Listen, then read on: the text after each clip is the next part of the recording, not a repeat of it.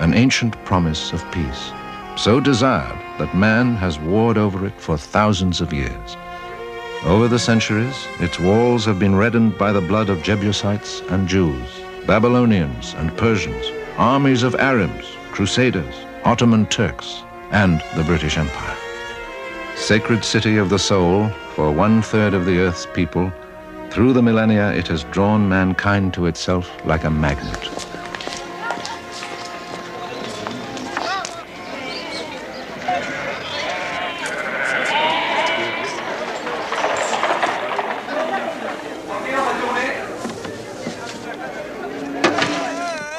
To all who live, work, and visit here, this is more than a city.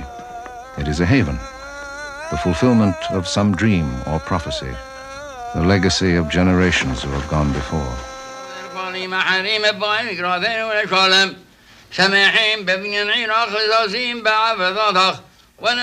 For this man and his family, coming here was the consummation of a promise made 2,000 years ago. This man came here as an orphaned boy and found a miniature version of his lost nation. What messages, what letters? The dark shadow of Hitler's armies advancing across Europe drove this man on a path that led to the discovery of his roots in the very earth beneath his home. The magnetism of the city's holy places is so strong that this man risked losing his own family to come here. Proud inheritor of a name that has lived in this city for 1,300 years, this man's life bridges past and future. From near and far they have come, searching for refuge, for their pasts, and the meaning of the present.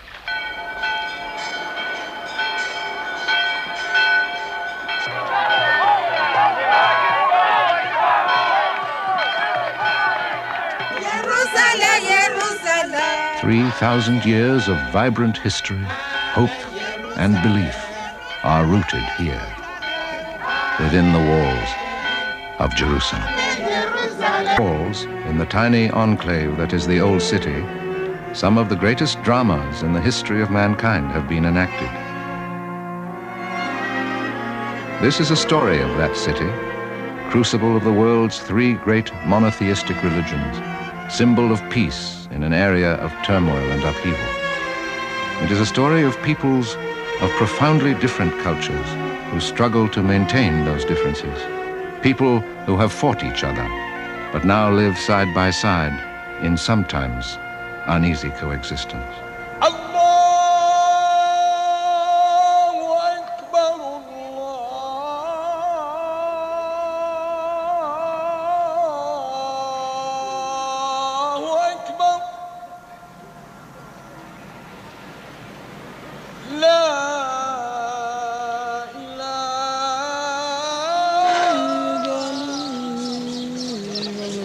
Jews from around the world pray at the Western Wall, vestige of the Second Temple, object of Jewish yearning and prayer for 2,000 years.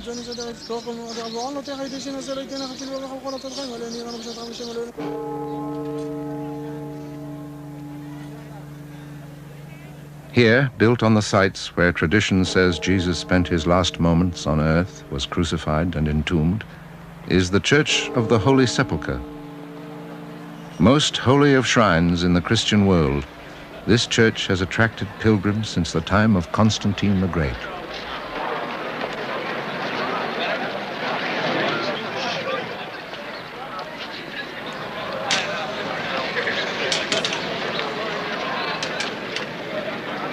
Within the walls of their ancient quarter, Armenians strive to preserve the heritage of a vanished kingdom. In their lives, and in the hearts and minds of their younger generation.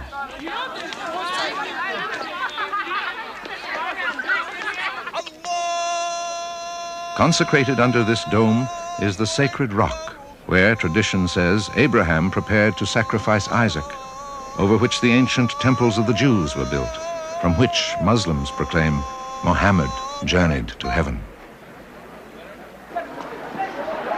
This tumult of people and history intersects in the labyrinth of the ancient bazaars.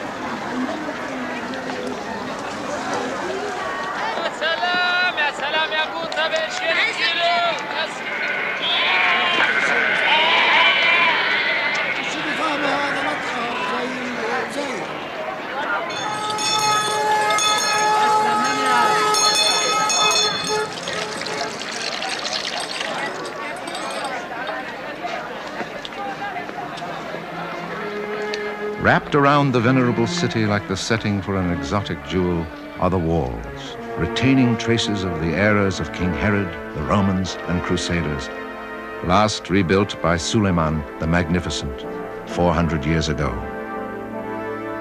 Outside the walls, there is the 20th century, the new city of Jerusalem, and the administrative center of the nation of Israel. Inside is a city believed by medieval man to be the center of the universe, a city known to more people for a longer time than any other on earth. Here, the heart of historic Jerusalem still beats. Its ethnic religious quarters cling to the sites that give them life. The Dome of the Rock, third holiest place of Islamic pilgrimage after Mecca and Medina, and focal point of the Muslim quarter. The Western Wall, known as the Wailing Wall, symbol of the Jewish quarter. The Church of the Holy Sepulchre, core of the Christian quarter that has grown around it. The Cathedral of St. James, spiritual center of the Armenian quarter. 26,000 souls make their home in the old city, packed into an area of less than 1 square mile. Their story began 3,000 years ago, when King David bought the threshing floor on this hill as the site for the temple of the Jews' one God. Having subdued the Jebusites, he transformed their city into the capital of the United Kingdom of Israel and thrust Jerusalem center stage in a drama that continues to this day. Once a royal center of impressive structures and massive fortifications, the city of David has begun to reveal its past to archaeologists under the direction of Dr. Yigal Shiloh of the Hebrew University. David made this city more important than others by choosing this location to become the capital of Judea at the south and Israel at the north. The residential area of David's capital probably looked much like this village of today. Urbanization undoubtedly began here because of the presence of the spring of Gihon, a constant source of water.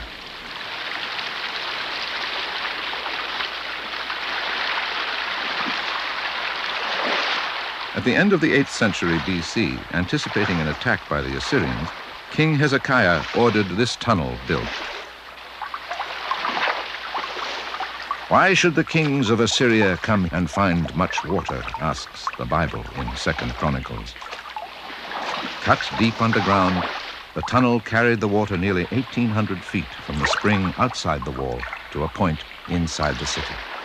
This system was done by King Hezekiah, as it is described in the Bible, as the inscription that was found at the southern end of the tunnel. The city survived the siege of the Assyrians. But in 586 BC, Babylonian forces burned Jerusalem, massacred thousands, and exiled the enslaved survivors. Archaeologists have uncovered poignant reminders of those who once lived here, including clay seals bearing names of people mentioned in the Bible. The lament of the exiles echoes through history. If I forget thee, O Jerusalem, let my right hand forget her cunning. Let my tongue cleave to the roof of my mouth, if I prefer not Jerusalem of my chief joy.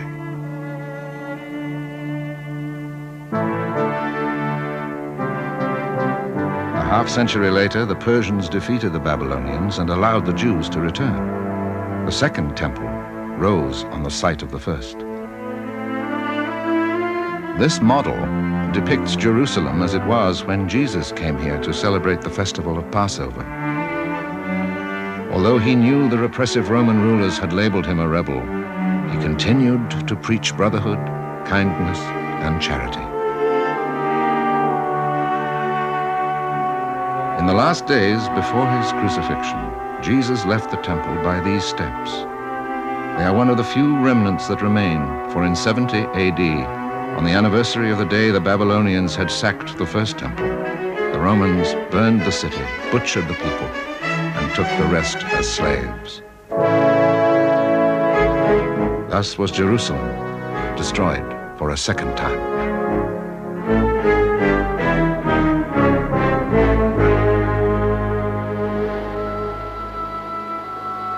600 years later, according to Muslim belief, Muhammad departed for the throne of God from the sacred rock of Jerusalem where the temple had stood. Aware of the holy books of the Jews and Christians, Muhammad had converted the idolatrous tribes of Arabia to the concept of one God.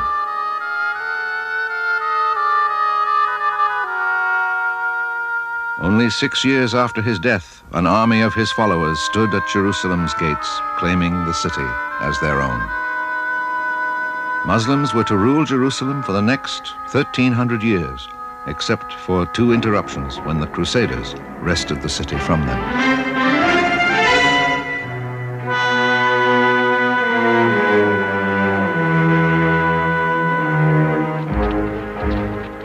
In the 20th century, the flame of war again flared in the Holy Land. World War I, the British march into Palestine to fight the Ottoman Turks. As it has some 20 times in its recorded history, in 1917, Jerusalem falls. The Holy City is surrendered to the British. Mindful that Jesus had walked into Jerusalem, General Sir Edmund Allenby humbly enters Jaffa Gate on foot.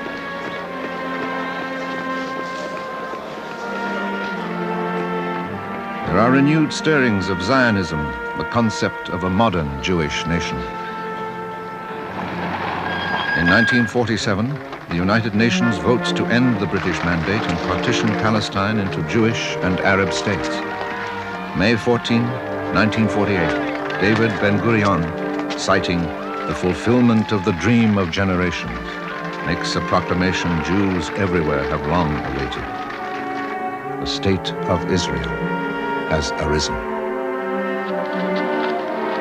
The next day, 6 neighboring Arab countries invade, determined to crush the infant nation before it is born. With Jerusalem under siege and the Jewish quarter ready to fall, the holy books are removed. Jerusalem is a divided city. For 19 years, the old city will be ruled by Jordan.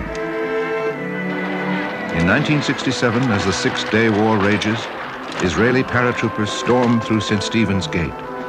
Defense Minister Moshe Dayan arrives at the Western Wall, in Jewish hands again for the first time in 2,000 years. According to ancient custom, General Dayan writes a prayer to place in the wall. May peace come to the Jewish people.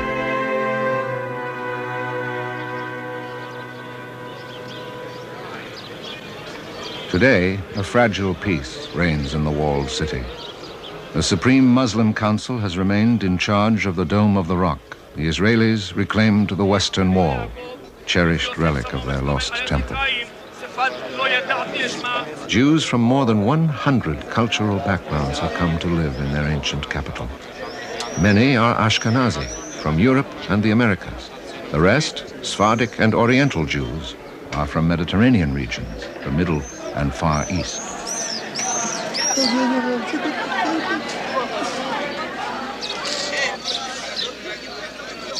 When the Jewish community in Yemen heard of the establishment of Israel, Yosef Zadok and his family decided to emigrate immediately. For them, the biblical prophecy of the return to Zion was fulfilled. His grandson, Shalom, explains. My family knew from the Bible and from our tradition that Jerusalem was the holy city. When my family came from Yemen, they wanted to live only in Jerusalem. We call it a center of the world. Isolated in remote southern Arabia for some 2,000 years, persecuted by their Muslim rulers, the Jews of Yemen had long dreamed of redemption in the Promised Land.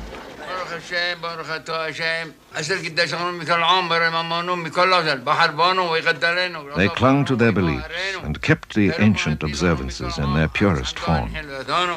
Now, celebrating Passover, the Zadoks commemorate the Jews' deliverance from slavery in Egypt, just as Jesus did at what has come to be known as the Last Supper. The Bible promised, "They that wait upon the Lord shall mount up with wings as eagles." In 1949, the Zadoks joined the flood of Jews crossing hundreds of miles of desert on foot, donkey-back, and by truck to Aden. Those who survived the torturous journey were flown to the Holy Land by an airlift dubbed Operation Magic Carpet.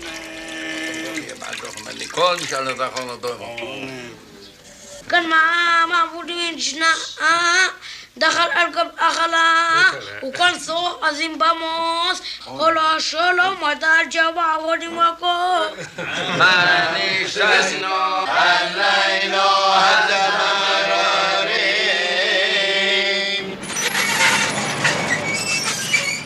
Restricted to certain occupations in Yemen, many Jews were shoemakers, weavers, jewelers.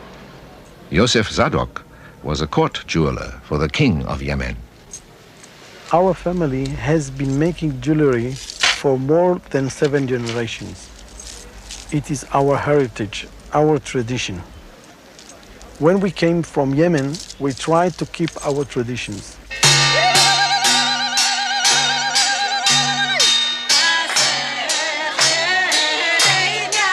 Most of the Yemenite brides in Jerusalem use our wedding dress and jewelry. The bride of European ancestry carries on her groom's family tradition. She wears the elaborate jewelry and costume the Zadoks lend to bridal parties for a ceremony called the henna that accompanied every Jewish wedding in Yemen. ראית כמה טובות? היא אמרה לי, היא ענתה לי שרשרת, הרבה שרשרת, ותראי כמה טובות.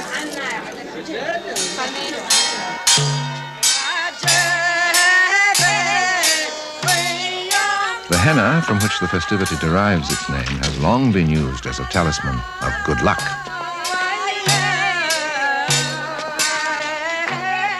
If the henna applied to the hands of the bride and groom remains in the morning, their wedding will take place.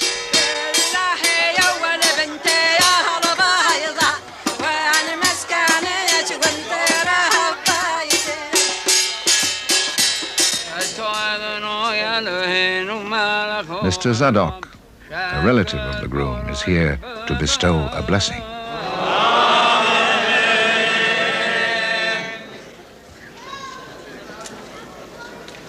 Beginning a life together, this young couple shares the rich heritage of their combined European, Oriental, and Israeli culture.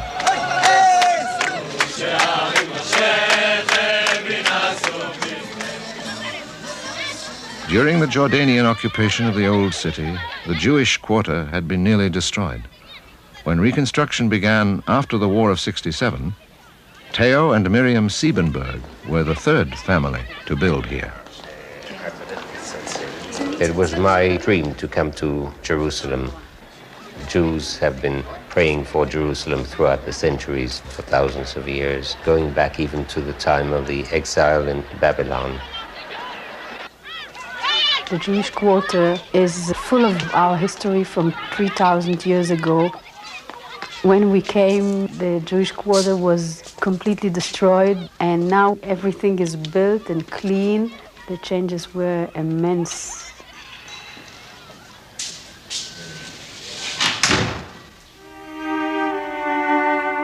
I was born in Antwerp, Belgium. My family left Antwerp on May the 11th, 1940. That's one day after the Germans marched into Belgium. As the Nazi horror swept across Europe, the Siebenberg family fled, first by car, finally even crossing mountains on foot. Always fearful and in hiding, for months the refugees traveled against the tide of invaders until they made their way to safety. After the war, as the Jewish people struggled to create a homeland, Theo joined the underground.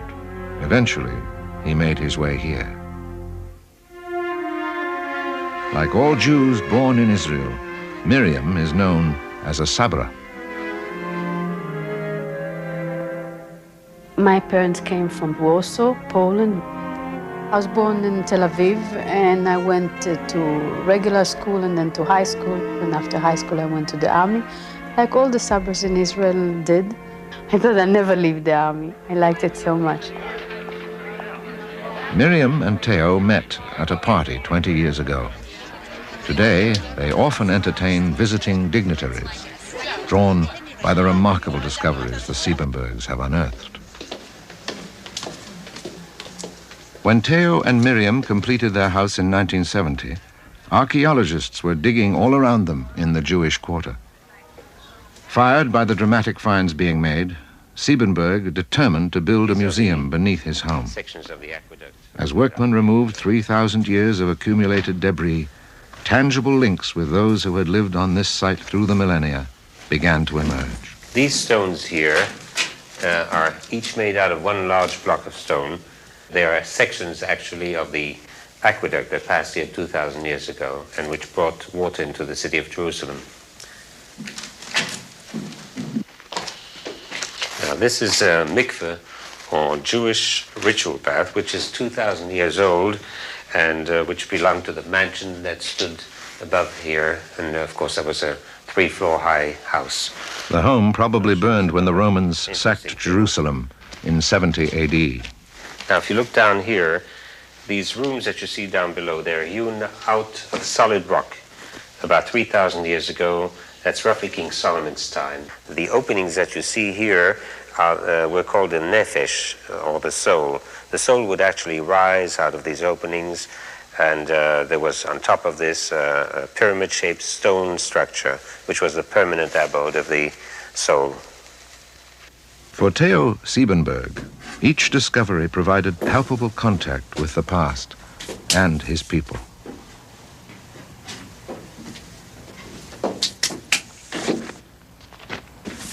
Actually, we're 4 floors under the house now. I find this probably the most exciting part of the excavation.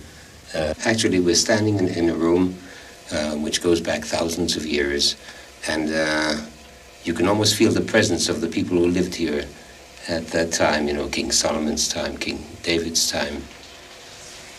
This is a machine gun which was used in the War of Independence in 1948.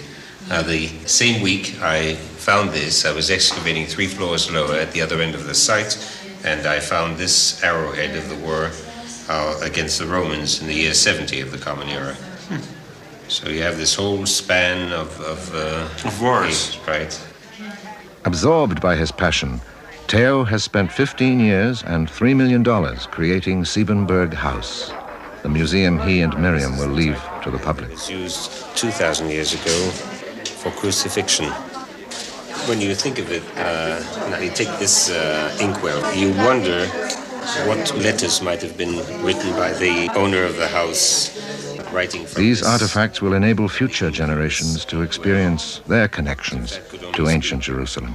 This here actually is carbonized wood from the fire of this house 2,000 years ago when the house was destroyed. Don't touch it too often. I see that your fingers are there peeling is. it off. Traces of history. 50 years after the armies of Islam burst like a thunderclap across the desert to claim Jerusalem, a Muslim caliph built a shrine over the holy rock from which Muhammad had ascended to the celestial spheres. This magnificent legacy has drawn the faithful for more than 1,000 years.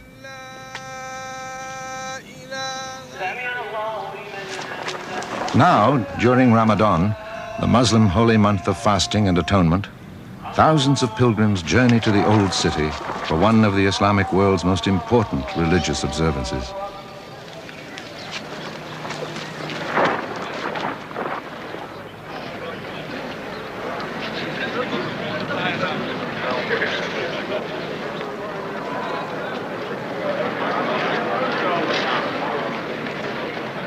When prayers are over, the throng disperses through the narrow alleyways of the Muslim quarter.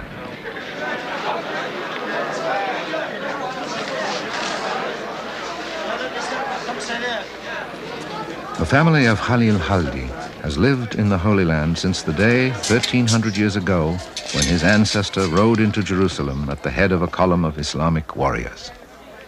Khalil has a shop in the Muslim quarter where he repairs furniture and antiques.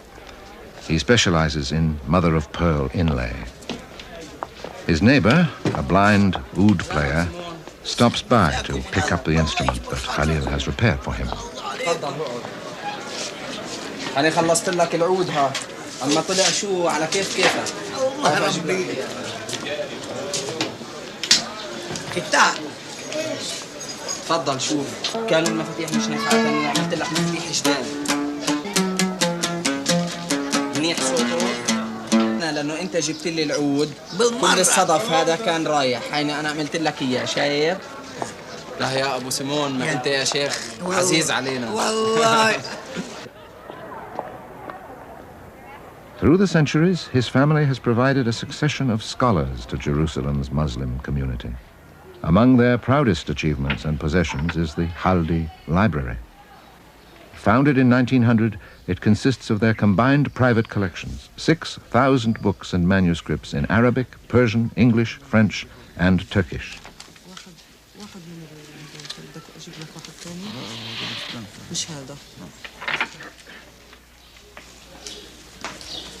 Khalil's uncle and cousin refer to one of the many volumes written by their ancestors. My family came to Jerusalem with the Islamic liberation on the year 636 DC, 15 Hijri. My family lived in Jerusalem all its time, but they were forced to Nablus for 88 years when the Crusaders occupied the city. They returned back to Jerusalem with the famous Islamic leader Salah ad-Din al-Ayyubi. They were the political and the religious rulers of Jerusalem. With his cousin, he examines their remarkable family tree.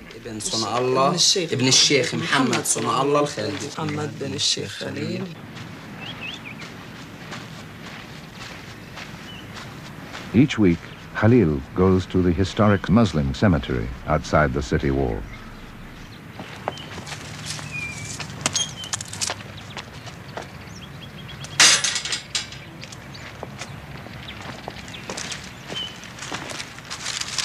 At the cemetery, I go to pray for my ancestor Muhammad Ali al-Khal. He was the governor of Jerusalem in the year 1808. When I go to visit his tomb, I feel that I am standing in front of a great man with deep roots in this country.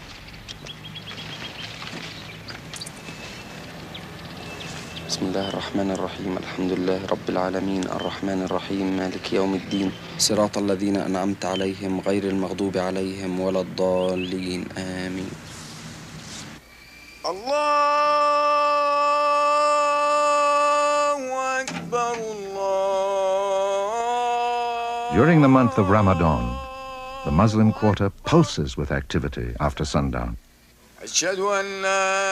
Here, where ties are old and deep, friends and family gather to commemorate their ancestors at a Mawlid.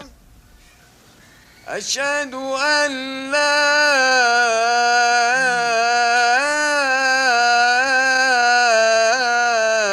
إله إلا الله. Songs celebrating the birth of the Prophet Muhammad are followed by a sumptuous meal ending the fast they have observed since sunrise. وين اللبن يا هي اللبن تفضل يا سيدي هي اللبن تفضلوا يابا تفضل يا اخي قدام هات كمان صحن يلا هات لك صاحب وتبسم علينا بدعاني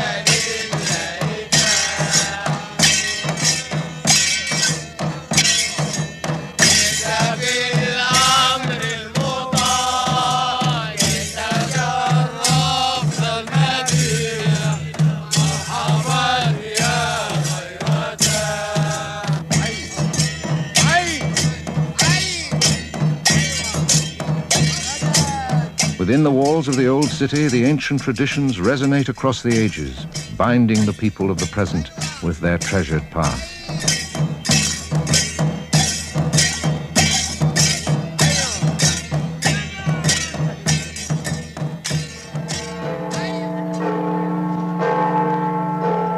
Ironically, it was a Roman emperor, Constantine the Great, who adopted Christianity as the faith of his realm and assured the future of the religion. His mother, the Empress Helena, journeyed here 3 centuries after Christ's death. Over the sites where she believed Jesus had been crucified and buried, Constantine erected the Church of the Holy Sepulchre. Today, the church is shared by 6 Christian sects: Greek, Armenian, Ethiopian and Syrian Orthodox, Roman Catholic, and Coptic. The Copts have a tiny chapel at the back of Christ's tomb. The front chapel belongs to the Greek Orthodox.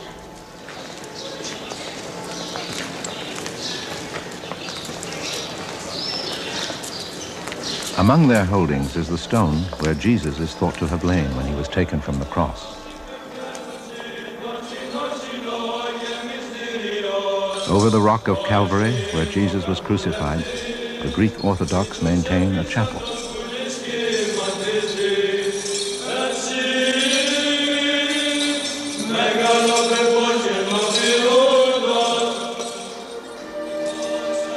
Deep in the church, near the base of the rock of Calvary, is an Armenian Orthodox chapel dedicated to St. Helena. Medieval pilgrims etched tiny crosses in the walls, leading to the place where Helena found what she thought was the true cross. Painted on the bedrock is a ship with the Latin inscription, "O Lord, we arrived." It indicates that long before this church was built, pilgrims journeyed here, believing this to be the site of the crucifixion.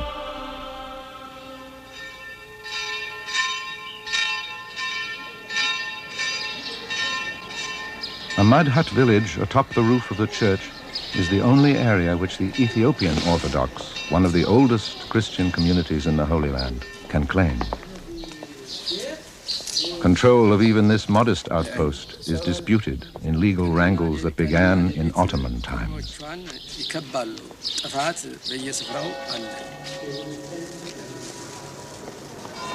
Intense rivalries between sects have long raged over rights to this most sacred of Christian shrines.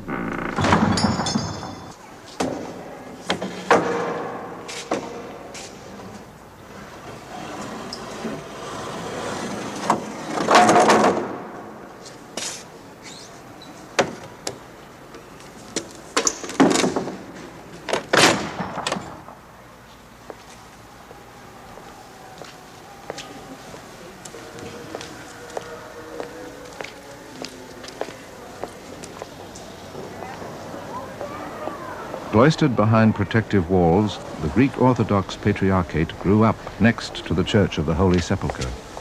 Its monasteries, chapels, and administrative offices form a body comparable to a miniature Vatican.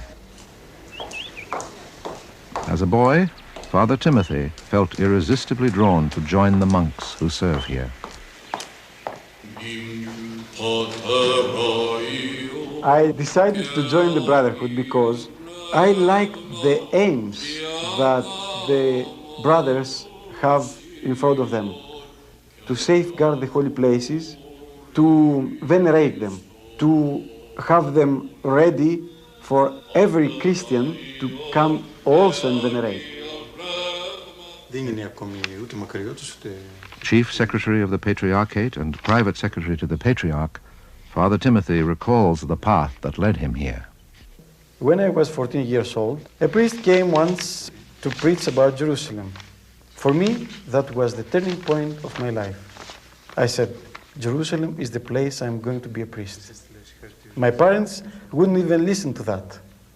At last I said, if you are not going to help me, I will never call you mother and father again. Finally, they decided to sign my passport. Then I came here.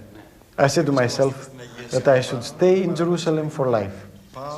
I feel deeply every moment in Jerusalem that my life is connected with the life of Jesus.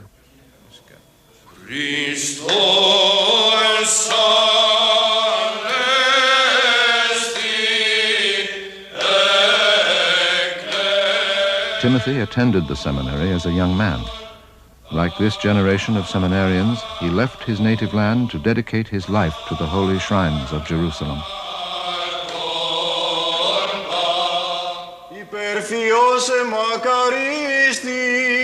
Each of his days begins and ends in prayer, his rededication to the compelling forces that induced him to come to the holy city.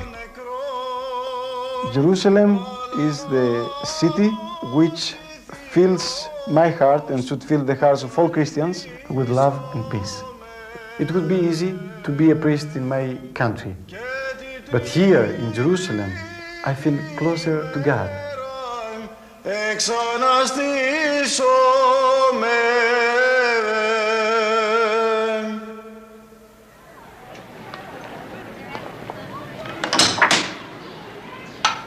Sequestered behind a huge gate that is unlocked each morning and locked again each night, the Armenian quarter has existed for nearly 1,000 years. Life within still centers around the 12th century Cathedral of St. James. A reminder of the days when the Muslim rulers forbade the ringing of church bells. The striking of this pank announces services.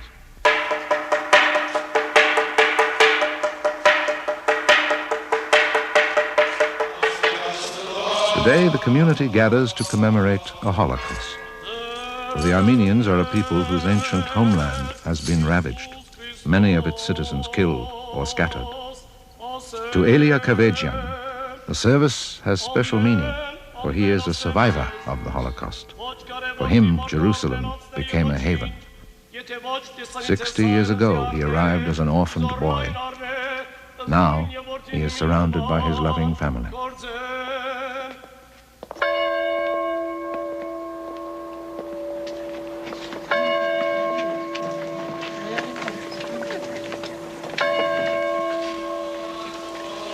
Survivors lead the solemn procession to the Armenian cemetery. They are living reminders of 1,500,000 who perished.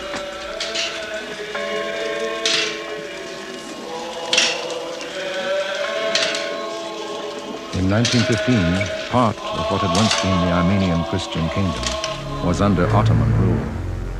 Labeling the Armenians infidels and a dangerous foreign element, the government began to kill their intellectuals. Life had little value, as this magazine caption illustrates. $5 buys a pretty Armenian slave girl. Describing their policy as the displacement of the Armenian population, the Ottoman Turks drove them on forced marches into the Syrian desert. The road was the path of death by disease, massacre, and starvation.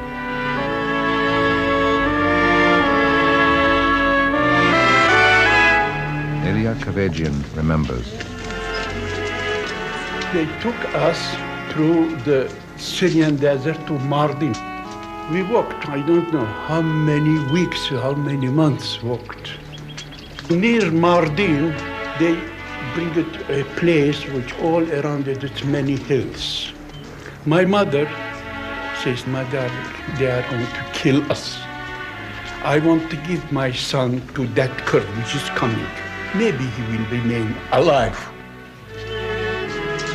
The Kurdish family fed him, cleaned him up, and sold him at an auction to a Syrian Christian family.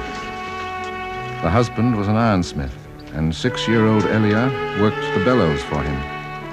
When the man remarried, young Elia was put on the streets. He drifted, begging, for a year, until the American Near East Relief Organization placed him in an orphanage and eventually brought him to Jerusalem. A son and daughter and their families gather today to remember the victims and rejoice in Elia's survival.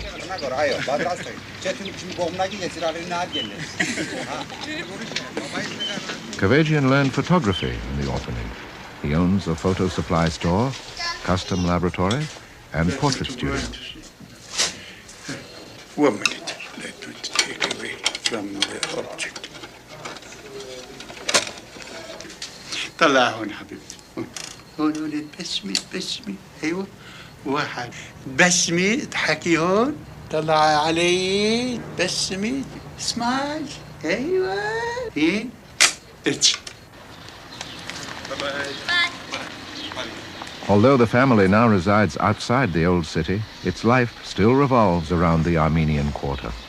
Here, as their parents did, Kavajian's grandchildren learn Armenian culture, language, history, and geography. To prepare for life in Jerusalem, the children are also taught Arabic, Hebrew, and English. I am opening the door, I am shutting the door, I am opening the window, I am shutting the window, I am knocking on the door, I am pointing to the wall.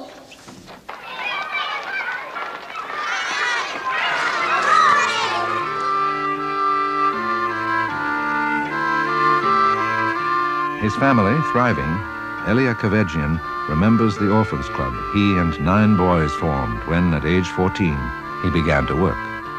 The quarters where the orphans lived have become the Armenian Cultural Club.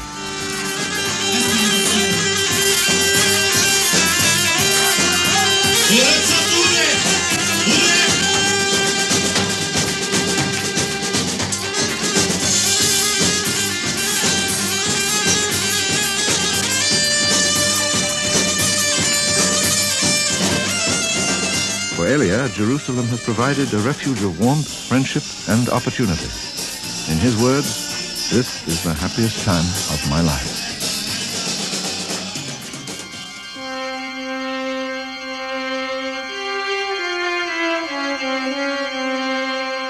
The memory of Jesus and the miracle of his resurrection live in Jerusalem every day.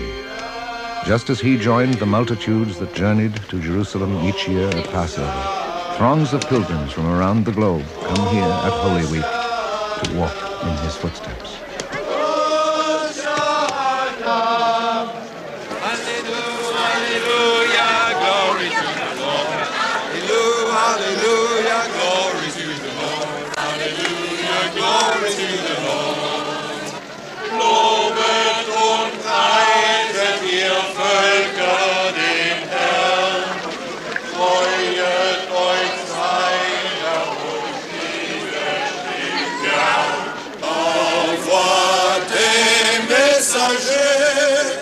Pour qu'il chante ta gloire, Alléluia.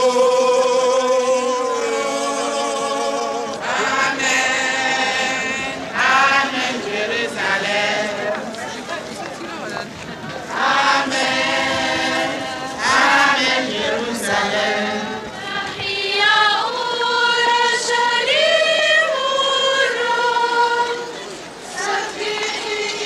Following the path Jesus took from the Mount of Olives and the Garden of Gethsemane, they enter the old city.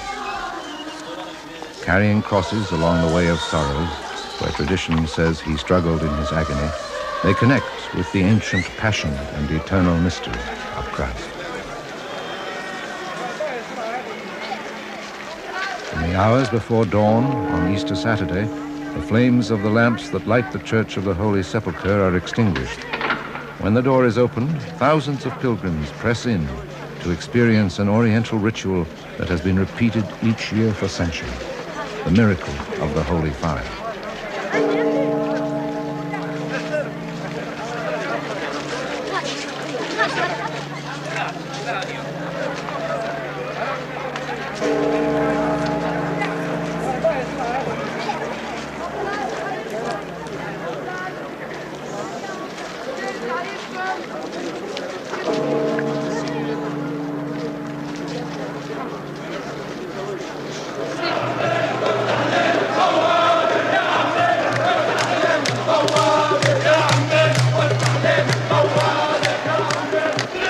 Greek Orthodox Patriarch arrives escorted by Father Timothy and columns of monks.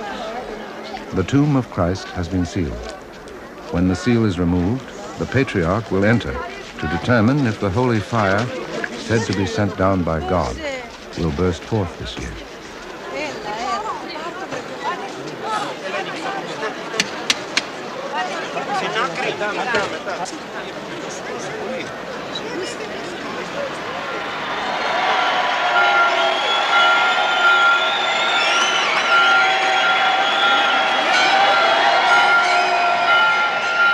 Symbol of Christ's resurrection, the holy flame is passed to the exultant crowd.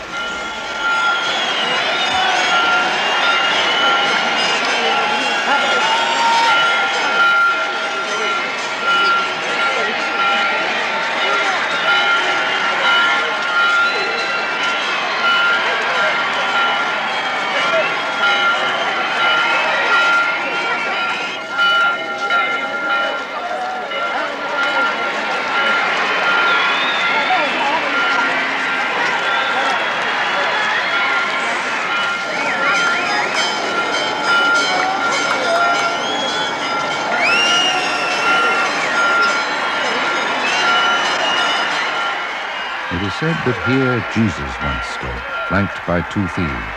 Here he was crucified and rose again. In the precincts of the church that commemorates those events, the hearts of the believers are illuminated by the flames of faith.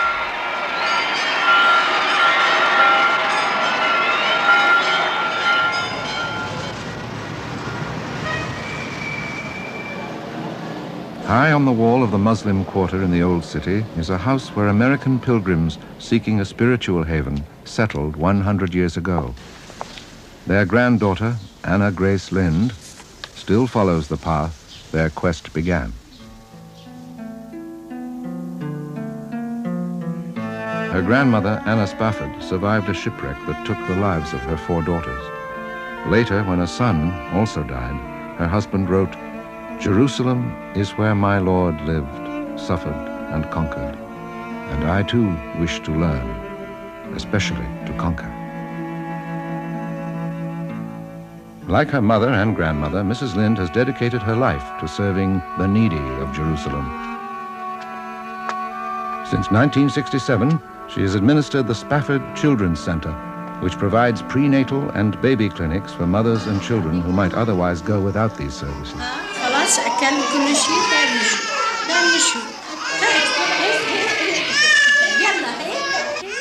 Mrs. Mary Frangi, the supervising nurse, has worked here for nearly 40 years. The grandmothers of some of these babies were children when she began. Dr. Amira had quite a number of patients. Dr. Lazinski really, it's quite... The main goal of the Spafford Children's Center is to help improve the health of the children in the Old City. They are mostly Muslims. We have several Israeli specialists who come to our clinic, and we feel that this is a very important phase of our work because they are helping in the reconciliation between the Jews and the Arabs. It may be just a tiny seed, but it is a seed that we hope brings forth fruit. Okay, fine, baby. I live right on the city wall. I feel it's important that quotation from Isaiah, where it says, "I've set watchmen on thy walls, O Jerusalem, to pray day and night, until I make Jerusalem a praise in the earth." Make Jerusalem a praise in the earth. These timeless words from the Bible speak of an ideal Jerusalem, a city of glory and peace.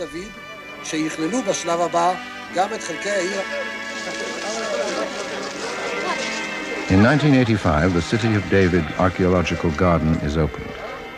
Amid tangible proof of its biblical past, Mayor Teddy Collis has come to speak of Jerusalem in our time.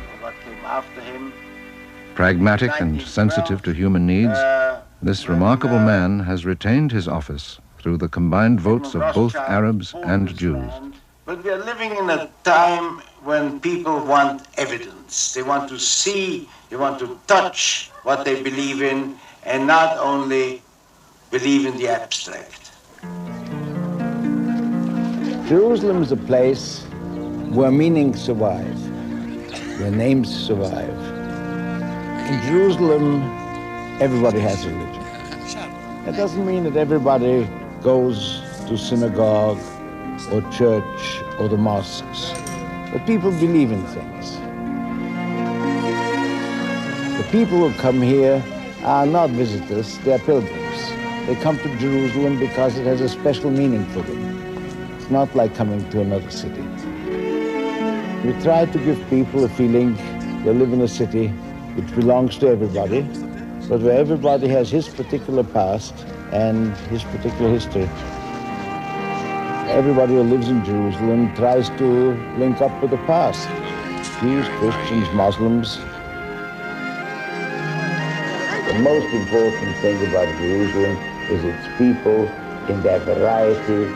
It should remain in that variety and should protect that variety. The people who live here, they are the factor that is most important. Through the generations, thousands of human beings have been thrust together to live out their lives in the vibrant microcosm that is the old city of Jerusalem, bound by their fierce connection to the city, despite their differences, the pressures of the years, the violence and suffering. The resilience of these people and the city itself has preserved its timeless qualities.